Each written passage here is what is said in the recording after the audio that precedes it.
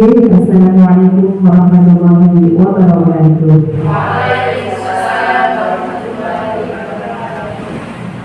Selamat siang Bapak Ibu semuanya yang saya hormati. Di sini saya Ibu Punya Mengkio, CPPA Angkatan 9 dari Kabupaten Tulungagung.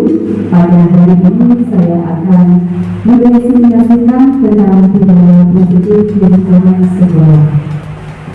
Sebelumnya terima kasih atas waktu yang telah diluangkan kepada ibu semuanya sehingga pada hari ini bisa mengikuti kegiatan ini tanpa suatu halangan apapun. Ini kok kelihatannya capek apa kerja nih? Capek nih. Yes, karena sebenarnya sudah begitu banyaknya kegiatan kita di sekolahan, mulai dari pagi kegiatan apa kemudian kegiatan belajar di dalam maupun di luar ruangan dan lain sebagainya. Oke, coba saya explaining dahulu. Yang pernah tahu explainingnya pura-puranya aja nggak tahu apa deh. Kata kuncinya adalah orang ketiga. Kata kuncinya apa? Orang ketiga. Misalkan, orang pertama adalah Ustazah Bella, orang kedua adalah Ustazah Hani, orang ketiga adalah siapa dulu? Nanti pertanyaannya seperti itu. Kata kuncinya adalah orang ketiga. Jadi bertanya-tanya ini, gimana itu maksudnya? Ada yang pernah dengar? Pernah tahu? Belum. Tadi kita sudah bilang pura-puranya aja belum pernah paham, jadi belum tahu. Oke, saya akan dulu. Orang pertama adalah Ustazah dulu. Orang kedua adalah Ustazah tiga. Siapakah orang ketiga? Ustazah ini. Orang ketiganya siapa? Ustazah Nila. Salah. Salah. Pertanyaan untuk dulu. Orang pertama adalah Ustazah Hani. Orang kedua adalah Ustazah Nila. Orang ketiga adalah Ustazah Nila. Salah. Salah. Kata kuncinya apa tadi? Orang ketiga. Itu sebenarnya sama.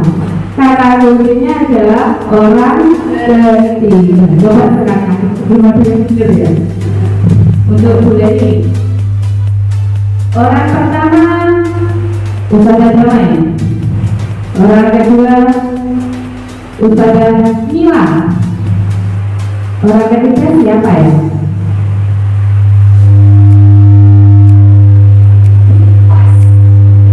Siapa pas? Kok pas juga? Orang ketiga. Orang ketiganya siapa? Orang ketiga. Siapa? Orang ketiganya siapa? Siapa? Ya, saya kasih tahu ya kuncinya ya. Karena belum ada yang benar. Orang ketiga maksudnya adalah ketika saya memberi pertanyaan itu harus dikasih kalimat orang ketiga. Jadi kalau cuma jawabnya Nela atau Ustazah lagi itu kurang tepat ya. Jadi kata kuncinya adalah orang ketiga. sudah tahu. Coba sekarang kalau sudah tahu mau ke sana lagi. Orang pertama adalah Ustazah Bella. Orang kedua adalah Ustazah dulu. Orang ketiga adalah Orang ketiga Ustazah Nida.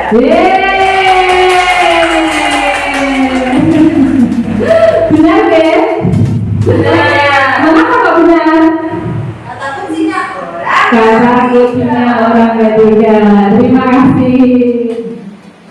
Baiklah, ibu-ibu sekalian, mari kita amati dalam video ini bahwasanya nanti kita akan diterangkan dengan beberapa budaya positif yang mana bisa kita terapkan di lingkungan sekolah kita. Silakan ibu. Silakan klik tombol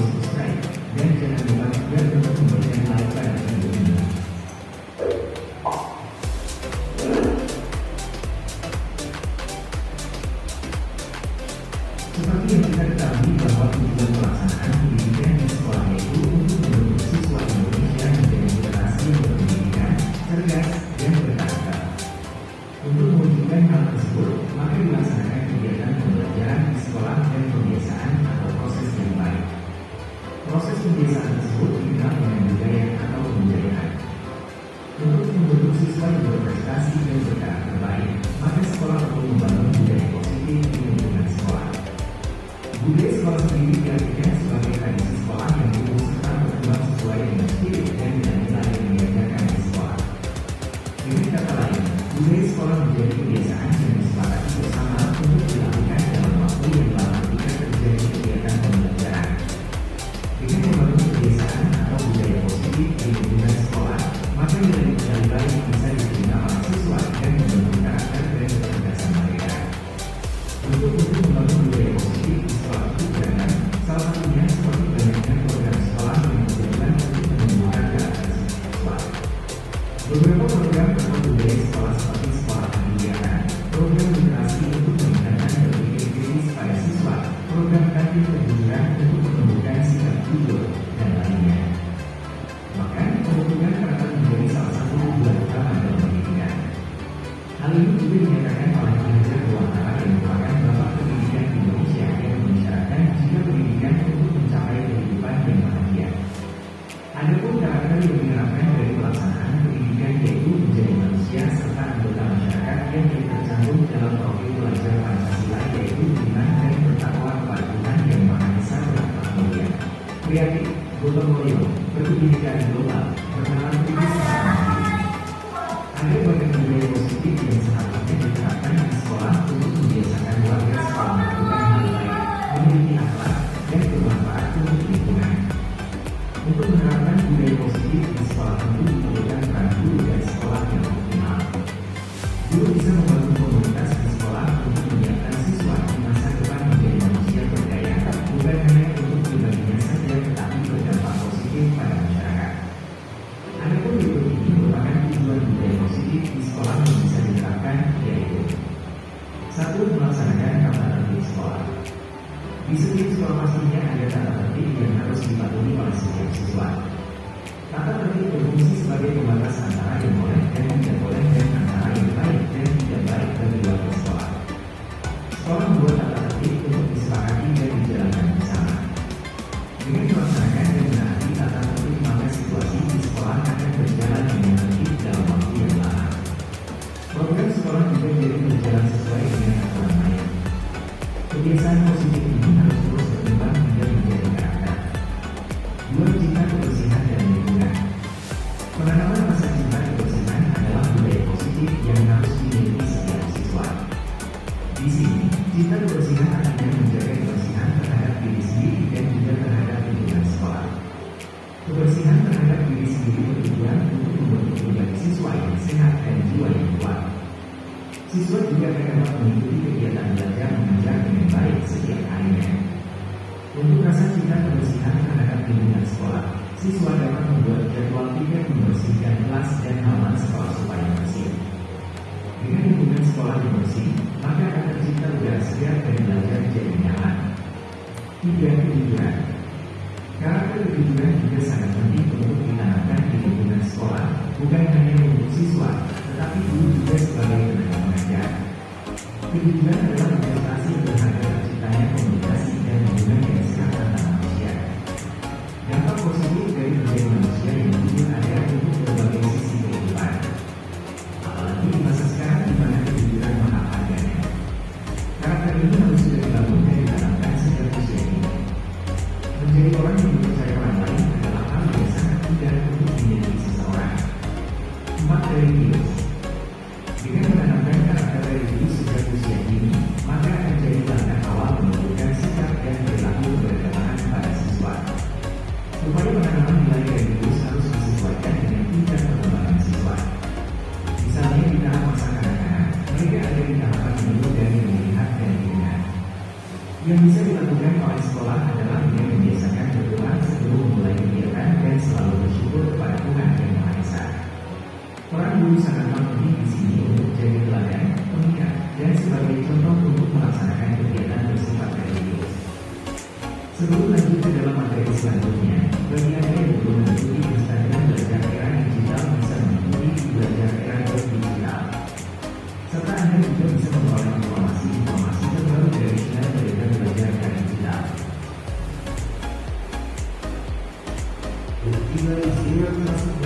Individual or community identity actively accesses the acts of behaviors global. Lima, kepedulian. Sikap peduli adalah tindakan yang selalu ingin memberi bantuan kepada orang lain yang membutuhkan bantuan. Kepedulian siswa dapat ditanamkan di sekolah melalui berbagai cara, misalnya dengan menjemput dan mengumpulkan uang dari teman-teman saat ada teman sekelas atau guru yang sakit. Dengan memiliki kepedulian dalam diri siswa sejak dini, maka mereka akan disenangi oleh banyak teman dan jadi terbiasa untuk saling tolong-menolong. 6. Sifat toleransi. Sebagai warga negara Indonesia atau WNI, dengan semboyan, pendidikan tunggal ika dengan segala keberagaman yang ada di dalamnya. Karena itulah sangat penting untuk memiliki sifat toleransi antar sesama. Di sekolah pastinya berkumpul siswa dan guru dari berbagai agama dan suku. Contoh hal yang bisa dilakukan untuk menyongsong sifat toleran adalah dengan tidak memaksakan pendapat sendiri kepada orang lain dan saling menghargai perbedaan dengan sesama. 7. Sikap nasionalis. Sikap nasionalis atau cinta tanah air dapat diimplementasikan dengan cara berpikir dan bertindak untuk menaruh kepentingan bangsa dan negara di atas kepentingan pribadi dan kelompok. Karakter ini dapat ditanamkan dengan pelaksanaan upacara bendera dan menghormati tokoh bangsa. Sikap ini akan meningkatkan rasa cinta terhadap bangsa. Itulah 7 budaya positif di sekolah yang bisa diterapkan untuk membangun karakter siswa lebih baik. Tentunya masih banyak budaya-budaya lainnya yang tidak boleh ditinggalkan dan harus diajarkan di sekolah sejak dini seperti budaya sekolah kegiatan, budaya literasi dan lainnya. Dengan menerapkan budaya positif ini secara konsisten dan dengan sebaik mungkin, maka akan melahirkan generasi Indonesia yang bukan hanya cerdas, tetapi berkarakter baik. Terima kasih telah menonton video belajar era digital. Semoga bermanfaat serta menambah wawasan dan informasi Anda. Jangan lupa untuk like dan subscribe channel ini serta nyalakan lonceng. Nah, itu adalah salah satu video bahwasannya bentuk dari penanaman budaya positif di lingkungan sekolah yang bisa kita terapkan di sekolah. Itu tadi ada beberapa yang sudah dijelaskan melalui penjelasan yang terdapat dalam video tersebut. Kita dapat menyimpulkan bahwasanya budaya positif itu ditanamkan tujuannya adalah untuk apa? Untuk menjadikan diri kita sebagai pribadi yang mampu memanage atau mampu membiasakan kebiasaan baik di lingkungan sekolah kita terhadap teman, terhadap lingkungan maupun terhadap masyarakat, sehingga bisa bermanfaat bagi kita semua dan bisa memberikan gambaran bagaimana sih budaya positif itu, kemudian bagaimana cara pengimplementasiannya di lingkungan sekolah seperti itu. Oke, langsung saja untuk mempersingkat waktu pada hari ini. Di sini saya akan mempresentasikan tentang budaya positif.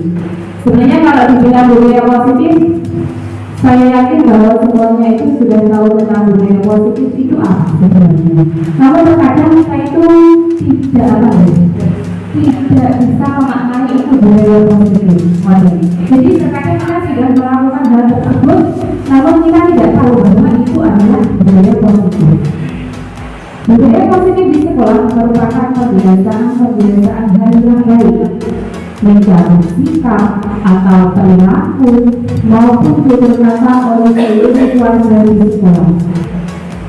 Setiap manusia memegang kontrol terhadap dirinya sendiri, baik atau buruk seseorang hanya dirinya sendiri yang bisa mewujudkan. Seperti yang kita ketahui bahwa ini adalah era modernisasi. Jadi memang era digitalisasi. Di samping seorang peserta didik mereka harus membangun karakter sesuai dengan profil pelajar penghasilan. Jadi mereka juga harus mempunyai budaya positif yang baik di lingkungan sekolah, menerapkan disiplin positif yang baik di sekolah. Tidak hanya sikapnya, tetapi tutur katanya maupun perilakunya. Nah tersebut kenapa perlu diterapkan? Agar tercipta sebuah karakter penerus generasi bangsa yang tidak hanya pandai dalam penggunaan IT saja, yang tidak hanya pandai dalam penguasaan materi, namun mereka juga mempunyai akhlak yang baik. Kira-kira setuju apa betul? Setuju sekali, terima kasih. Karena memang demikian, karena anak yang pintar tanpa dibekali oleh akhlak yang baik, maka mereka tidak mungkin mempunyai pandangan yang positif sebenarnya dari masyarakat. Kiranya begitu. Selanjutnya adalah penerapan budaya positif. Budaya positif merupakan perluasan dari nilai-nilai atau keyakinan universal yang diterapkan di sekolah. Budaya positif di sekolah tidak dapat diciptakan secara instan. Dalam penerapan budaya positif di sekolah diperlukan keilmuan dan tauladan dari seorang guru.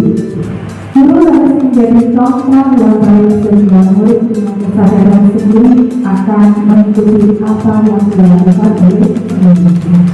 Jadi memang benar sebuah dari bahwasanya teori dan jadi memang seorang guru itu harus memberi contoh yang baik, memberi tauladan kepada anak didiknya dalam bentuk sikap, dalam bentuk tindakan maupun dalam bentuk tutur kata. Juga demikian, supaya anak itu bisa mencontoh yang baik dengan dari kita sendiri. Kalau gurunya, misalkan gurunya datanya pagi-pagi, pasti muridnya juga datanya pagi-pagi. Selama ini murid-muridnya datang pagi-pagi di sekolah kita. Alhamdulillah, kalau di sekolah kita itu insya Allah anak-anak juga sangat disiplin oleh waktu. Itu karena apa? Karena gurunya juga datangnya pagi-pagi. Alhamdulillah sejauh ini dari rekan-rekan tidak berusaha datang pagi. Nah itu karena apa? Karena sebuah rasa tanggung jawab dan sebuah rasa jiwa kedisiplinan yang tinggi yang diterapkan oleh seluruh teman-teman. Selanjutnya ini, mengapa budaya positif itu penting? Mengapa sebenarnya kok penting? Dengan berbudaya positif dapat menumbuhkan sikap bergotong royong, mampu melakukan kegiatan secara bersama-sama sehingga tercipta sebuah kolaborasi yang baik antar semua warga sekolah. Kemudian adanya rasa peduli pada orang lain. Selain itu, dengan budaya positif akan mampu menjadikan manusia yang bisa disiplin dan bertanggung jawab atas segala sesuatu. Sebagaimana yang kita ketahui bahwasanya disiplin itu adalah merupakan salah satu perwujudan untuk mencapai sebuah tujuan. Orang itu kalau disiplin pasti segala sesuatunya itu akan terplanning dengan baik, akan terencana dengan lebih baik lagi. Jadi dapat disimpulkan bahwa budaya positif itu sangat penting sekali. Hal itu bisa dilakukan dengan apa? Dengan sebuah tindakan yang positif. Next saja.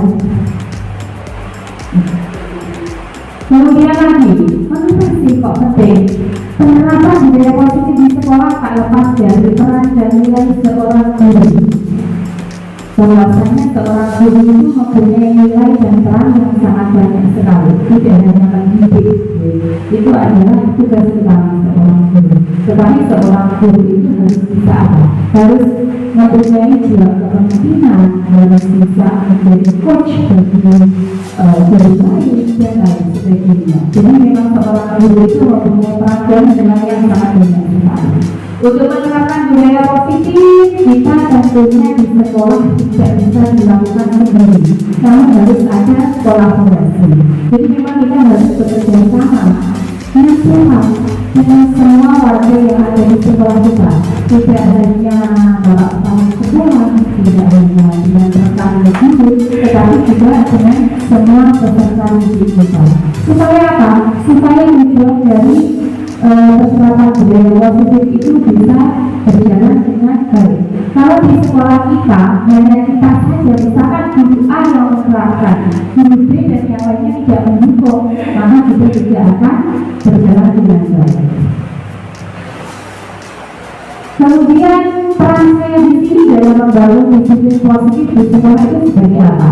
Yang pertama adalah pemimpin pembelajaran. Sebagai pemimpin pembelajaran, di sini saya pribadi sebagai pendidik harus mampu menuntun siswa agar memiliki perilaku yang sesuai dengan nilai kebajikan yang telah disepakati, sehingga budaya positif dapat tercipta di lingkungan sekolah kita. Jadi memang di sini adalah sudah sepatutnya kita sebagai seorang pendidik harus berupaya penuh untuk menanamkan sebuah karakter pendidikan yang positif, yang baik terhadap para peserta didik kita. Sebagaimana sebuah nilai kebajikan itu yang sudah disepakati kita bersama. Next Ibu, selain sebagai pemimpin, juga sebagai coach bagi guru lain. Di sini saya juga akan berbagi pengalaman atau praktek baik dalam menerapkan konsep-konsep budaya positif kepada rekan kita dan melakukan pendampingan perilaku didikan. Jadi memang adanya kolaborasi antara semua warga sekolah itu sangat diperlukan sekali. Tidak hanya guru saja, namun nantinya juga akan berkolaborasi dengan para orang tua. Karena pada dasarnya kalau budaya positif itu hanya dilakukan di lingkungan sekolah saja, kemudian ketika kembali ke lingkungan keluarga, anak-anak kok tidak menerapkannya, maka segala sesuatu yang sudah kita rencanakan juga tidak akan maksimal. Next, yang ketiga adalah mendorong sebuah kolaborasi. Upaya menciptakan budaya positif membutuhkan kerjasama dan kolaborasi dan komunikasi yang efektif dari semua stakeholder sekolah. Di sini saya akan berupaya berkolaborasi dengan semua stakeholder sekolah dalam menciptakan budaya positif di sekolah. Next, selain itu juga di sini akan mewujudkan sebuah kepemimpinan murid. Sebagai pemimpin pembelajaran, maka saya akan berusaha mewujudkan kepemimpinan murid di mana di sini saya akan menuntun murid agar mampu bertindak secara aktif dan mampu membawa keputusan bertanggung yang bertanggung jawab. Tidak hanya sekedar menerima apa yang diterima oleh orang lain. Jadi memang seorang murid itu diajari sebuah konsep itu penting. Biasanya yang diterapkan itu apa? Mengajari murid untuk menjadi pemimpin di kelas.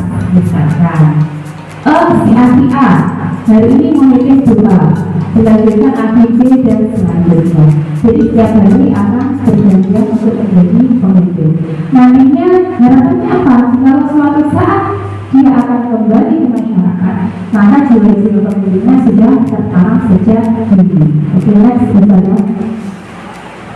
Kemudian yang selanjutnya yakni menggerakkan komunitas praktisi. Di sekolah saya akan berupaya menggerakkan komunitas sekolah dan berkolaborasi dengan stakeholder sekolah untuk mempelajari dan menerapkan konsep-konsep budaya positif di lingkungan sekolah. Jadi memang tidak hanya bisa saya melakukan, tetapi tidak kepada kepala sekolah, kemudian rekan kita, murid-murid kita, dan juga orang tua itu termasuk dalam komunitas praktis. Jadi memang kolaborasi itu sangat penting sekali. Kemudian dalam hal ini budaya positif yang terbentuk itu adalah penanaman poin kebaikan. Kenapa sih kok penting? Karena poin kebaikan itu adalah salah satu perwujudan dari penanaman akhlakul kalimat yang baik. Jadi di sini memang anak-anak itu diajarkan setiap hari agar mereka mempunyai jiwa positif yang baik dan nantinya mereka akan melaporkan ke gurunya masing-masing. Sudah berkali-kali aku hari ini seperti itu. Next. Poin kebaikan yang bisa dilakukan yang pertama adalah berbuat baik di luar kelas. Tidak hanya di dalam kelas, tetapi di luar kelas. Yang kedua adalah berbuat baik di dalam kelas. Kemudian yang ketiga adalah berbuat baik sama teman. Karena terkadang anak-anak itu kurang peka. Misalkan ada temannya yang kesusahan, dia harus ngapain? Ada yang diketawakan, tetapi di sini yang kita bangun adalah agar anak itu mampu memberi rasa empati kepada temannya. Yang selanjutnya adalah berbuat baik kepada bapak ibu guru. Kemudian yang selanjutnya berbuat baik kepada tamu, dan yang terakhir adalah berbuat baik kepada lingkungan masyarakat. Jadi memang tidak hanya bicarakan di lingkungan sekolah, karena visi kita itu ada masyarakat tetangga, jadi kita juga harus menanamkan sebuah baik kebaikan. Untuk selanjutnya yaitu kita akan mengetahui tentang 5 kebutuhan dasar dari manusia. Yang pertama yaitu tentang bertahan hidup, yang kedua tentang kesenangan, yang ketiga yaitu tentang kebebasan, yang keempat yaitu kasih sayang dan rasa diterima sebagai seorang individu di lingkungannya, baik di lingkungan keluarga, di lingkungan masyarakat maupun di lingkungan yang lainnya. Yang terakhir yaitu tentang penguasaan.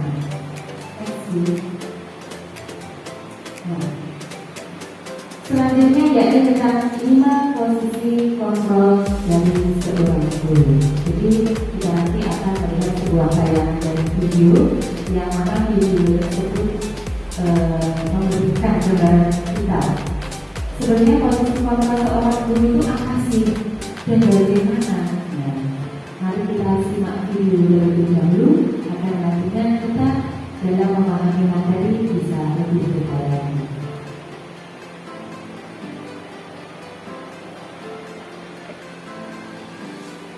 Nah, kita akan menyimak ya 5 posisi kontrol dari seorang guru. Dalam penerapan disiplin positif restitusi, salah satu program yang digunakan adalah 5 posisi kontrol. 5 posisi kontrol dan restitusi adalah proses perjalanan seorang pemilik agar dapat mengenali diri. Pada video kali ini, kita akan membahas tentang 5 posisi kontrol yang digunakan oleh gaya dosen dan kelompok penerapan.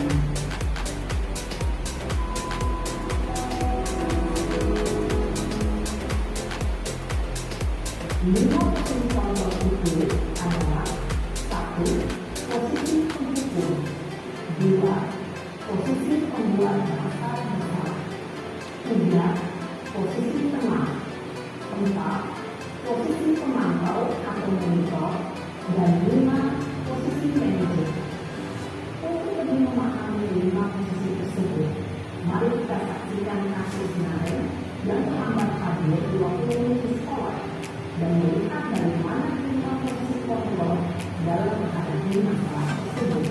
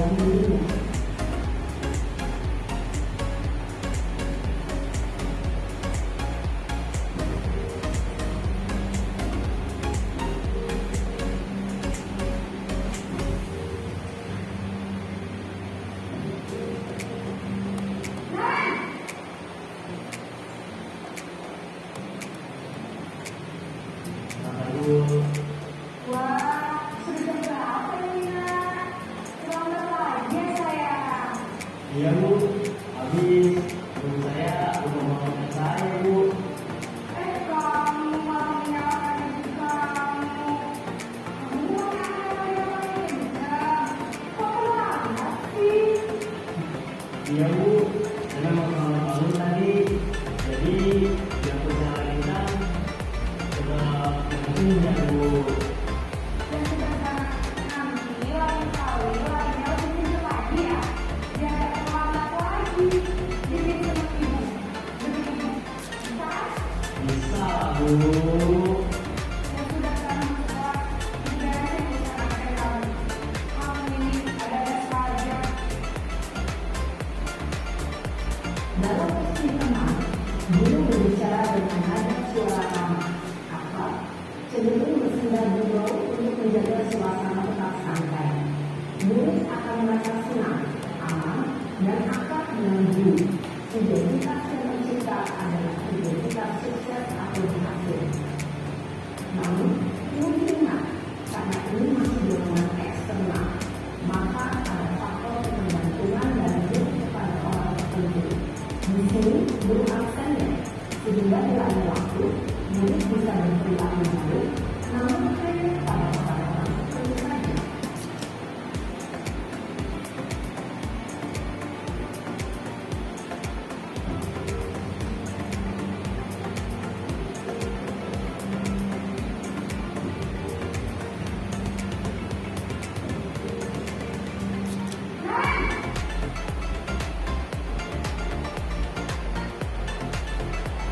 Bu, Nah, apa peraturan sekolah kita tentang jam berapa kita harus masuk sekolah? kita harus di sekolah bertujuh. Iya betul. Sekarang sudah jam 7.20. Kalian sudah tahu konsekuensinya jika terlambat tadi? Paham Bu, saya harus tinggal kelas pas jam istirahat selama 10 menit. Iya benar. Konsekuensinya demikian. Jadi nanti jam 9.30 pas istirahat, kamu harus tinggal di kelas, kerjakan tugas tambahan untuk ketinggalan tadi, ya? Baik Bu. Posisi pemantau mengandalkan perhitungan atau data untuk memantau murid. Guru mengarahkan murid berdasarkan peraturan dan konsekuensi. Seorang pemantau menunjukkan bahasa tubuh dan ekspresi wajah yang datar dan cenderung formal.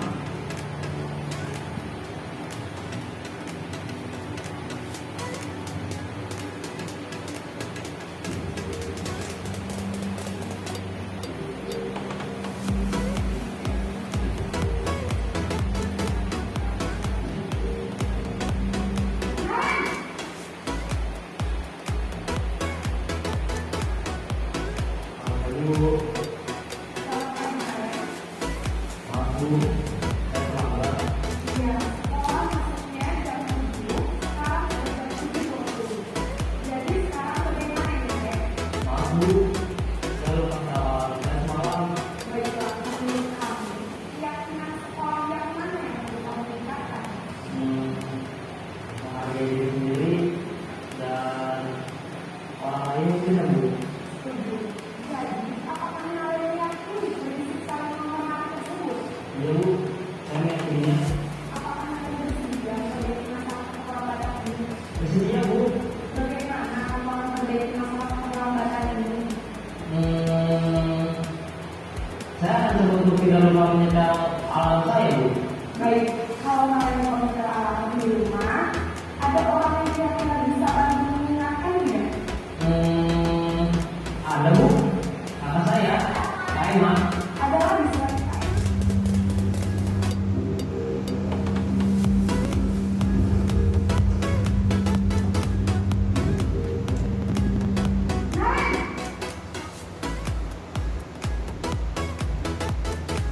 Selamat pagi Bu.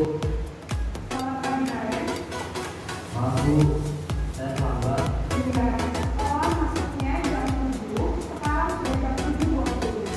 Jadi sekarang bagaimana? Maaf Bu, saya lupa salah. Saya semalam. Baiklah, menurut kamu, keyakinan sekolah yang mana yang perlu kamu tingkatkan? Menghargai diri sendiri dan orang lain mungkin ya Bu. Setuju.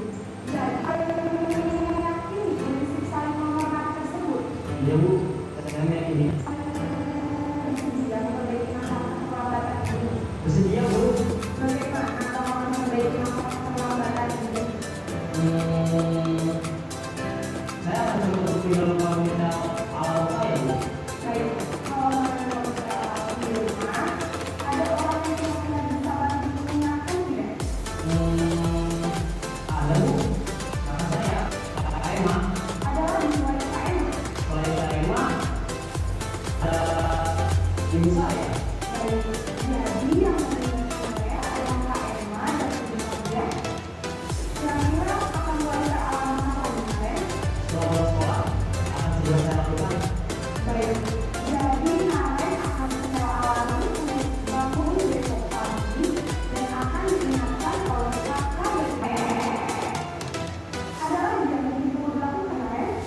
Apakah selamat pagi? Tidak ada Bu. Baik, kalian. Terima kasih untuk kebersamaan kamu. Sekarang kamu perlu kembali ke kelas tujuan. Baik Bu. Posisi manajer adalah posisi kontrol yang disarankan untuk membimbing murid memiliki sikap disiplin yang positif, yaitu murid yang mandiri, bertanggung jawab, dan dapat mengatasi masalah. Tujuan dari posisi ini adalah agar murid dapat berefleksi atas tindakannya.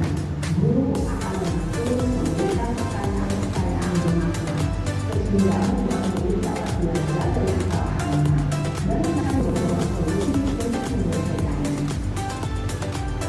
Ibu dan Bapak Guru hebat, setelah mengamati adegan 5 posisi kontrol tadi, kira-kira posisi mana yang paling ideal?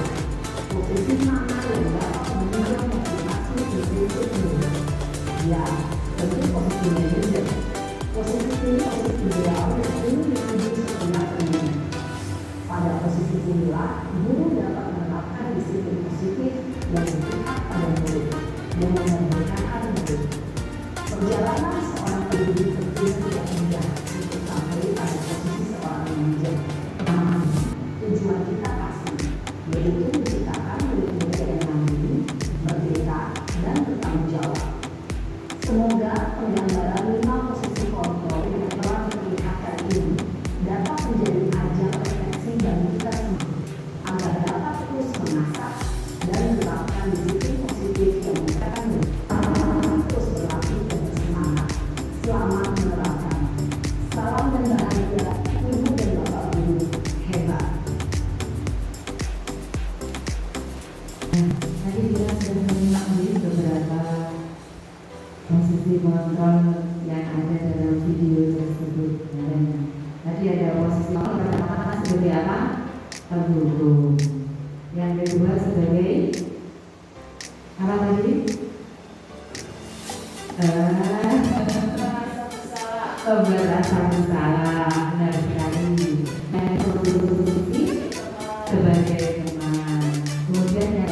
sebagai mantap, betul sekali. Dan yang terakhir sebagai manajer. Ya. Karena memang ibu-ibu ini yang sering dikerahkan di dalam kelas sebagai wanita tergantung situasi dan kondisi.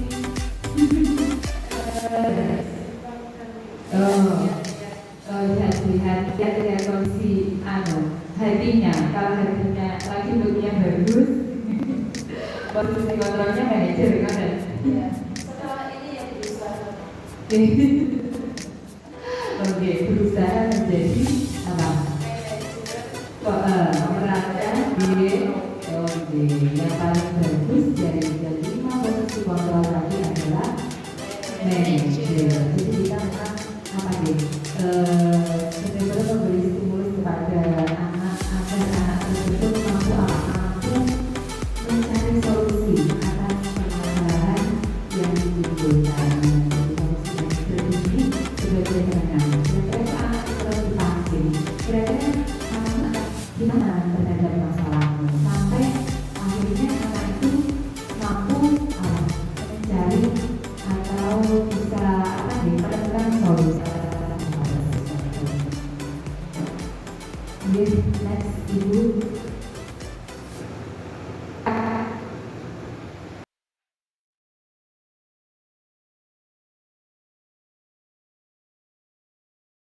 Nah, selanjutnya kita akan memahami tentang segitiga resolusi. Ini kiranya masih terdengar asing. Belum memahami tentang materi apa sih segitiga resolusi tersebut. Mari kita simak video yang kiranya nanti bisa memberikan gambaran kita tentang pengertian, kemudian penerapannya bagaimana. Mohon diberi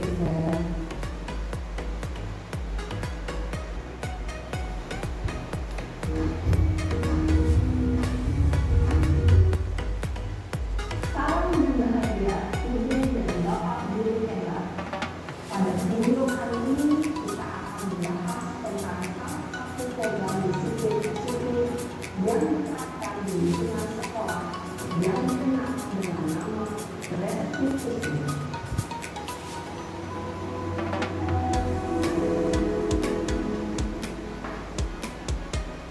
Restitusi dikembangkan oleh pakar pendidikan dan edukasi berdasarkan pada teori kosmologi Indonesia. Segitiga restitusi adalah sebuah perjanjian yang dijalankan oleh guru atau orang tua agar mendistribusikan guru yang mandiri dan bertanggung jawab.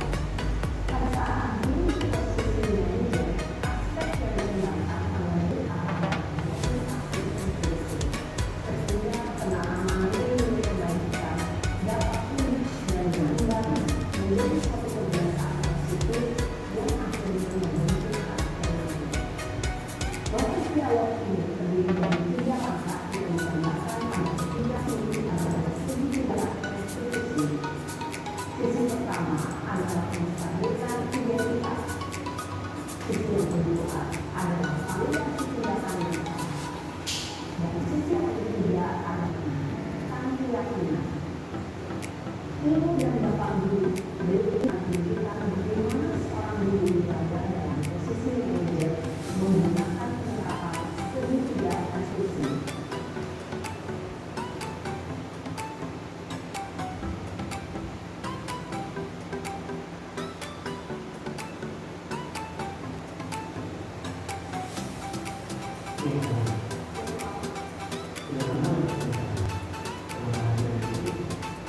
Bapak, banget.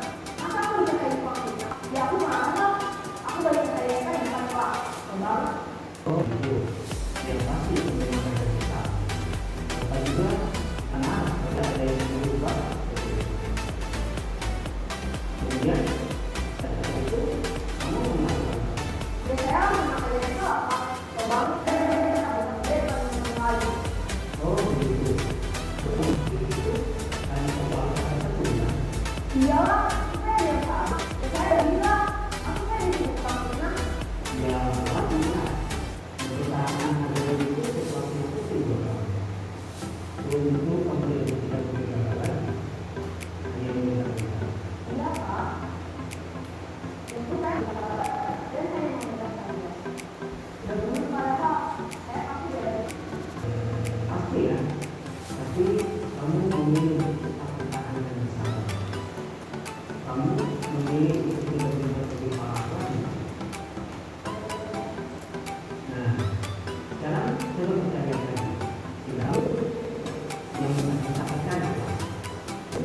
kira-kira sesuai dengan keyakinan Pak atau lebih paham ya? Jadi keyakinan masing-masing anak masuk juga ini Pak.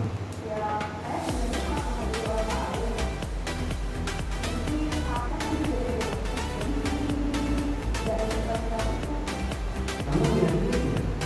Ada orang itu tidak? Iya, setuju. Namun ada juga keyakinan ini dengan bersama.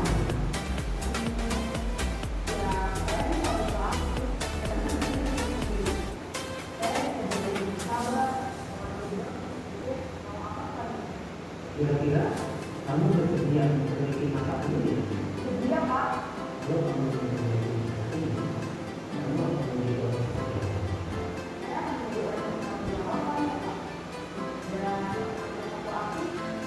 iya, menurut kamu bagaimana rasanya menjadi orang? Baiklah kalau begitu. Biasanya bagaimana memperbaiki masalah ini?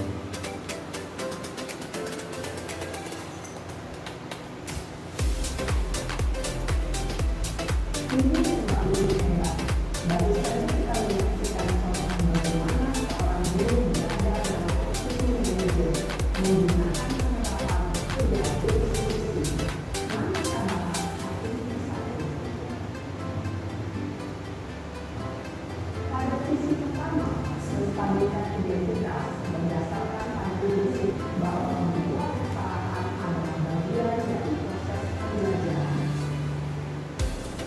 Sisi pertama dari segi ini berperan menggeser identitas milik dari identitas ke identitas sukses. Murid dan teman yang tidak satu tidak merasa mengenal diri saat itu sedang mengalami identitas berbeda. Bila telah memiliki, maka posisinya tidak akan berbeda. Kita bisa menunjukkan kenyataan ini apabila membuat kesalahan tidak wajar. 2.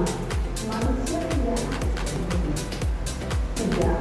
Kita bisa memperbaiki kesalahan ini. 4. Saya tidak menanyakan kesalahan ini. Saya lebih fokus bagaimana memperbaiki masalah ini. 5.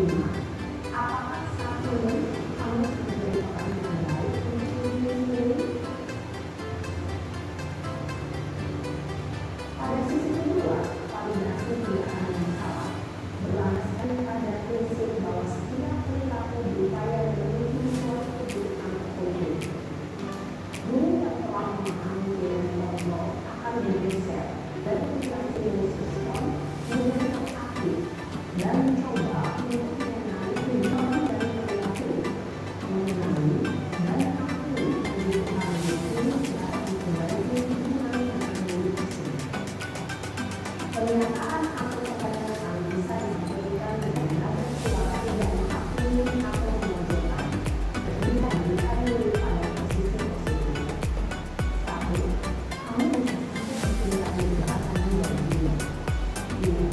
Aku bisa mengatakan hal sama itu. 3. Kamu tidak akan mencari untuk mengatakan sesuatu yang itu menjadi. 4. Mungkin kamu bisa mempelajari sesuatu perilaku baru yang ingin efektif.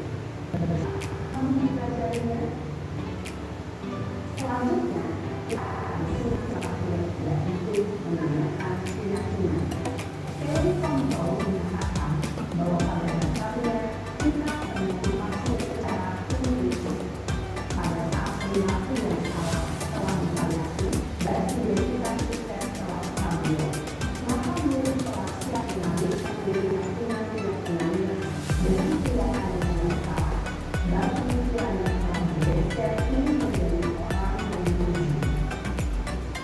Pertanyaan ini dapat memberikan keyakinan-keyakinan berikut. 1. Sebagai keluarga atau kelas, apa yang kita yakini? 2. Nilai apa yang telah kita sepakati? 3.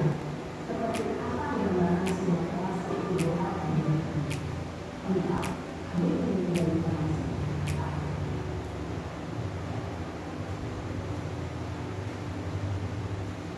Dalam menerapkan studi pemilihan institusi, satu, perilaku yang salah ini dikaitkan dengan nilai-nilai atau keyakinan yang telah disepakati dalam studi. Dua, kesediaan orang yang melakukan kesalahan untuk memperbaiki masalah. Tiga, pemecahan masalah sebisa mungkin relevan akan memiliki kegunaan yang disepakati. Empat, usaha untuk adanya satu usaha kebaikan yang kita lakukan. Lima, waktu perlu diberikan tentang waktu dan sikap yang berbuat kesalahan. Tanyakan kapan akan menjadi melakukan usaha untuk memperbaiki masalah. Dengan memahami struktur penerapan studi di institusi, diharapkan bisa dapat menerapkan kesulitan seluruh individu dengan memberikan pertanyaan kepada anak yang dapat menjadi bertanggung jawab dan mandiri. Nah, ini Bapak Ibu punya tahapan dalam studi pemilihan institusi bergantung pada dengan suatu permasalahan. Misalnya, bila permasalahan sendiri benar, maka tidak perlu dijalankan secara berlebihan. Bahkan menanyakan apakah yang kita sepakati dengan yang dengan mengajukan pertanyaan yang mana diharapkan oleh kejadian dapat membuka wawasan hidup agar dapat menyelesaikan permasalahan yang sulit untuk bisa jadi mandiri dan merdeka. Salam dan bahagia, tim Bapak Ibu hebat.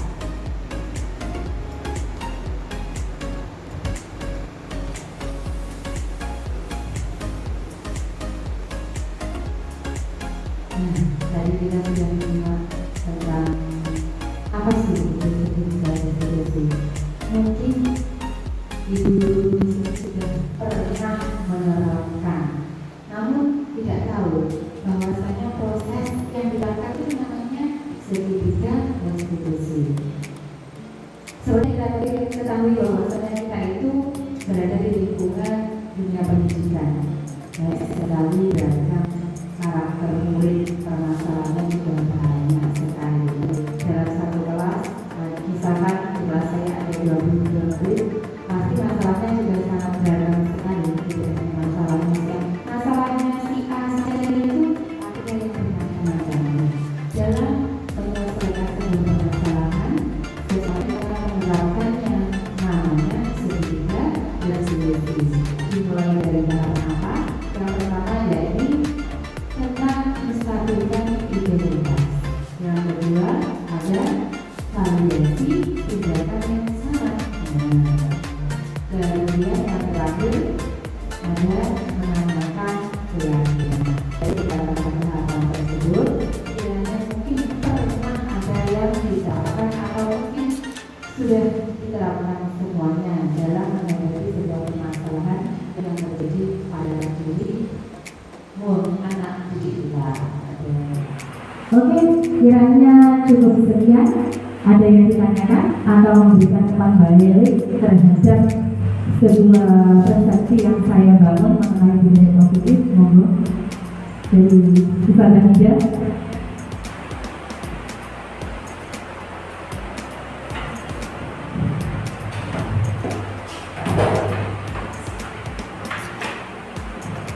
Terima kasih waktunya.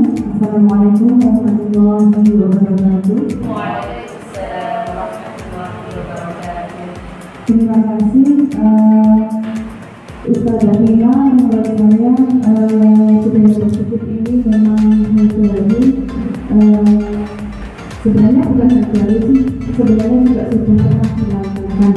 Akan tetapi mungkin kita tidak menyadari dan saya sendiri sebenarnya juga sudah ada yang melakukan itu, namun di sini belum bisa maksimal gitu ya.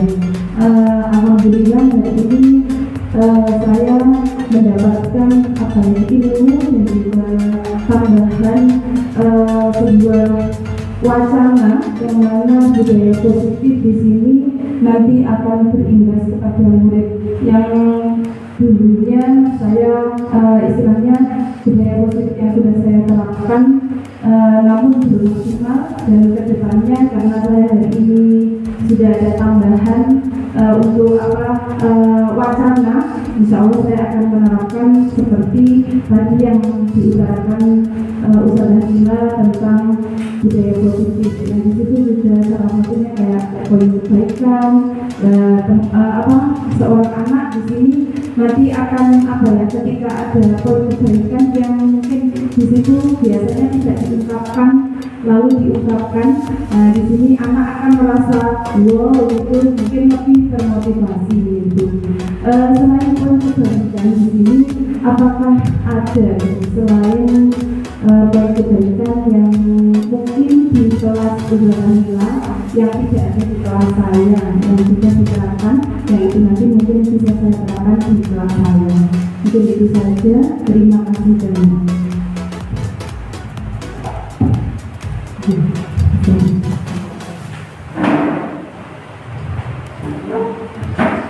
Terima kasih atas pertanyaannya mengenai poin kebaikan. Kalau mengenai poin kebaikan itu kan banyak sekali, cakupannya ada di dalam kelas, di luar kelas maupun kepada masyarakat sekitarnya. Jadi memang harus lebih sedikit yang menggunakan poin kebaikan itu apa? Misalkan kakak kelas kepada adik kelasnya, kakak kelas melihat adik kelas yang sedang bertengkar, dia harus apa? Oh, saya harus melerai. Itu sudah dinamakan sebuah poin kebaikan. Sebuah poin kebaikan nanti diharapkan bahwasanya bisa membangun budaya positif.